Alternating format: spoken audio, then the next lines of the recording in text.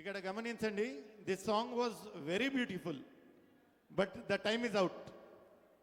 So very sad to say that she is directly out of the competition.